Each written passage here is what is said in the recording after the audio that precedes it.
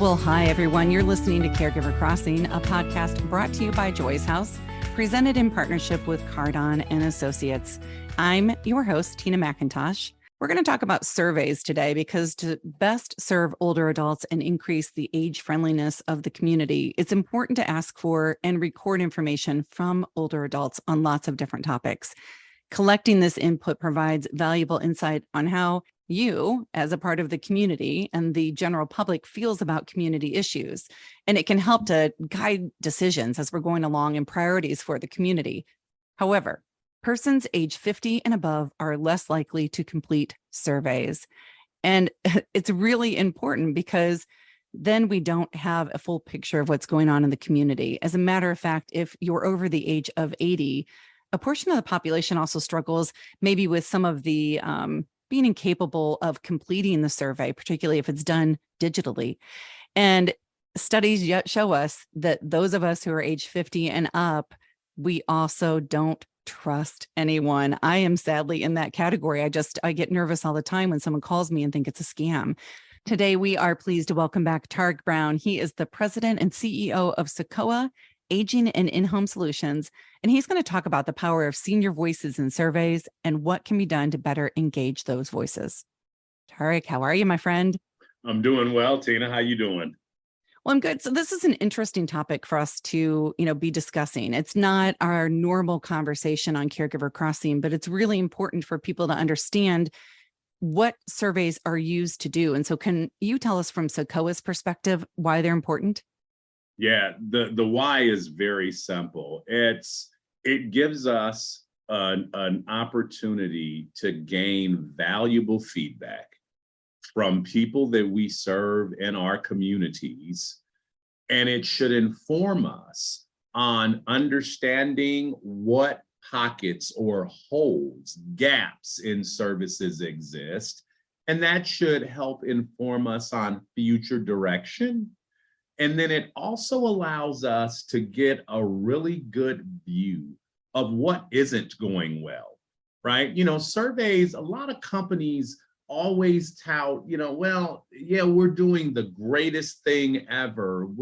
Our customers love us, and that's all great, right? But I'm more interested in what things are bad and ugly, right? We use that term, the good, the bad, and the ugly.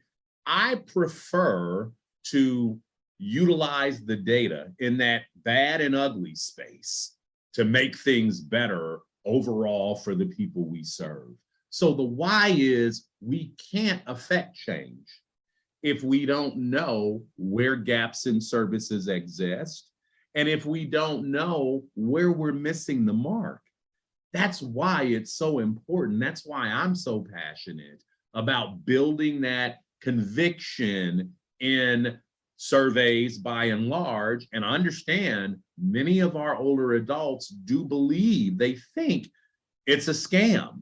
And so we've got to work more diligently in building more confidence in what the survey is, what it is addressing, so that when our older Hoosiers do receive it, they say, oh, you know what? My care manager did tell me about this, has been telling me about this for the last 6 or 7 months. I know I have to take this survey when I receive it.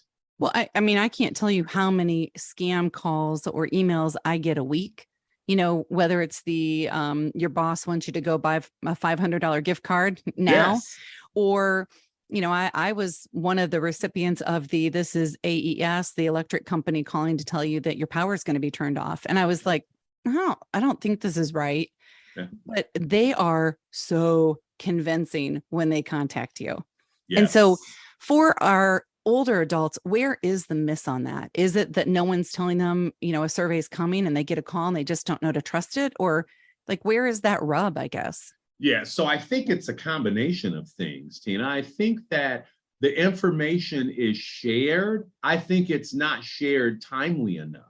It's kind of, with our older adults, we've got to remember, have to continue sometimes to reinforce certain items and certain messages with them as you're having dialogue, interaction with them monthly. And so it would be, if you know that a survey is coming in 6 months' time, month 6, we need to be talking with that older adult about it.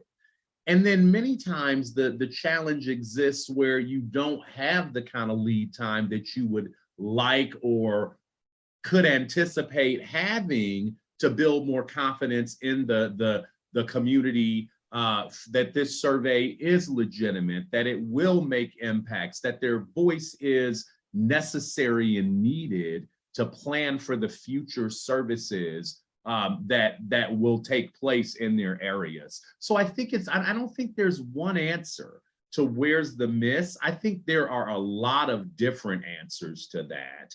And I always say timing is the most critical thing.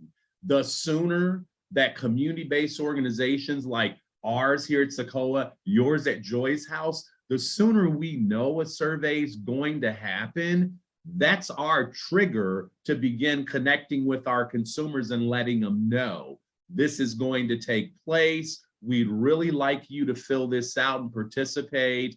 Remember, your voice is valuable and important and does make a difference. And that's exactly, as you're saying that, what popped into my mind. Your voice is valuable. It does make a difference, because a lot of times people think, well, I'm just one person, or I'm just one, older adult. Nobody really cares what I have to say anymore. Well, you're getting the survey, you're getting the call in the mail, electronically, whatever it is, because we care.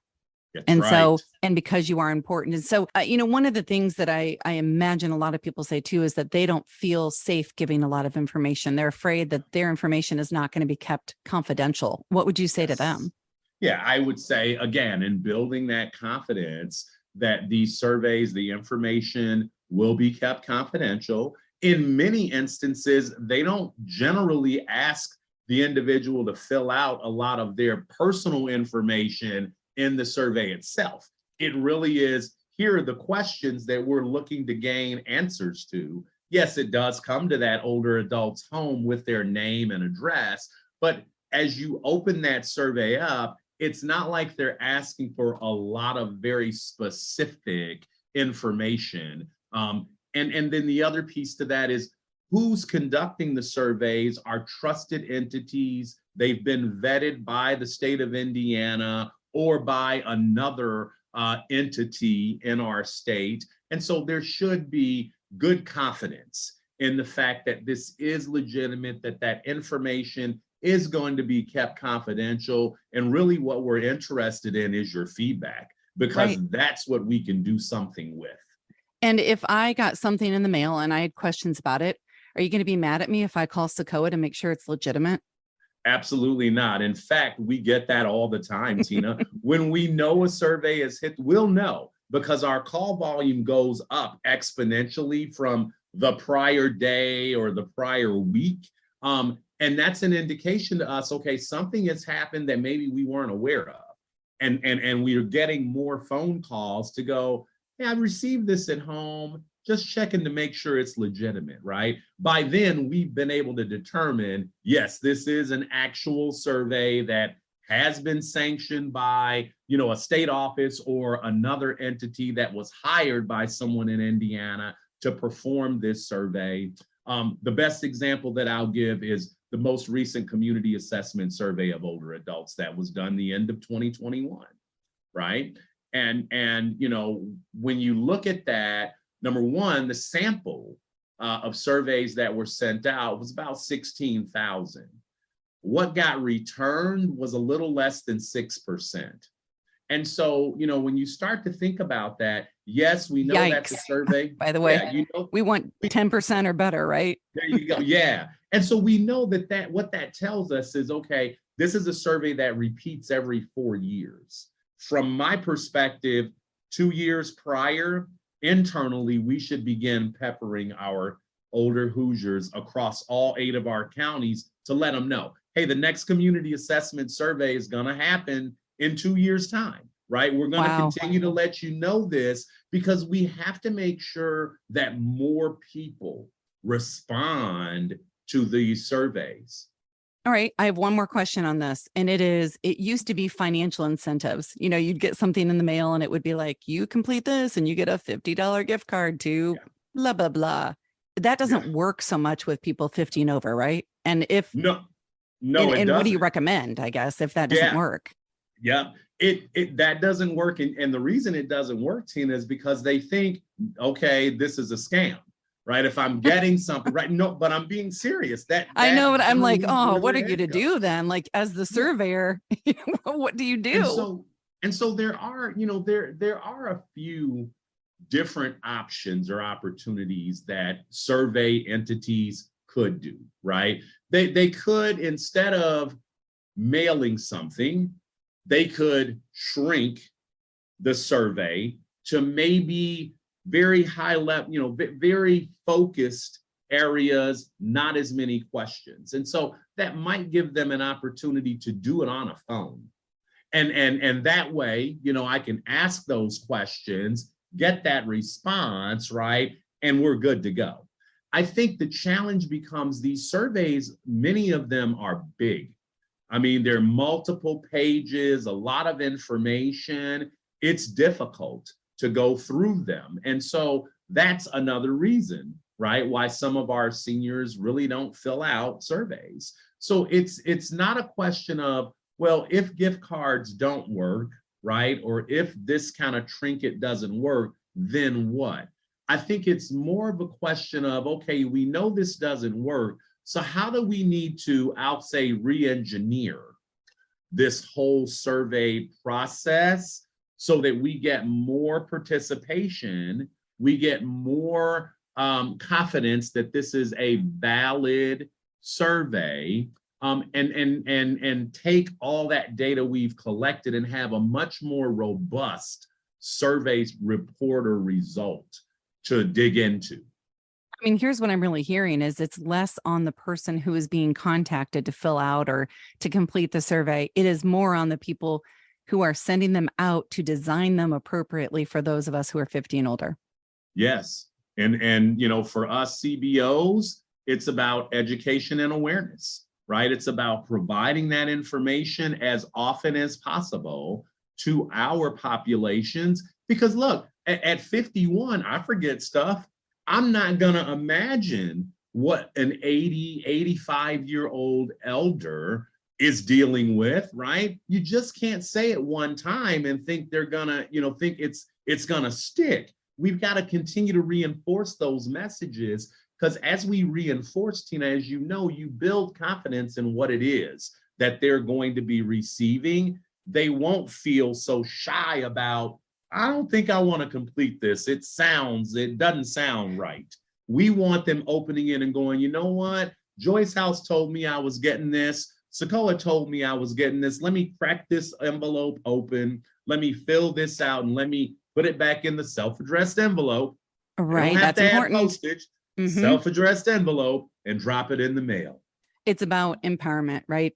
Absolutely. Empowering the people who are being surveyed, one, to know what's a scam and what's not, and empowering them to have a voice in what's going to happen in the future. So Tauhric Brown, President and CEO of CICOA In-Home and Aging Solutions, just continuing to make a difference. Thank you for being here. Thank you. And thanks to you for listening. As we close the show, just want to remind you that you can contact me directly, Tina McIntosh, at Joy's House, tina@joyshouse.org. Let us know what you want to hear on the show. If you've got a great guest, if you've got a great tip, we want to know them too. And then also want to let you know that Caregiver Crossing is supported by Cardon and Associates, and with 20 communities owned, operated, or managed in the Midwest, and more than 40 years of senior living experience, Cardon and Associates provides residents with the best senior living options and personalized care. Terry Stacy will be back with us next week. I know you miss her. I do too. Until next time, take good care of each other.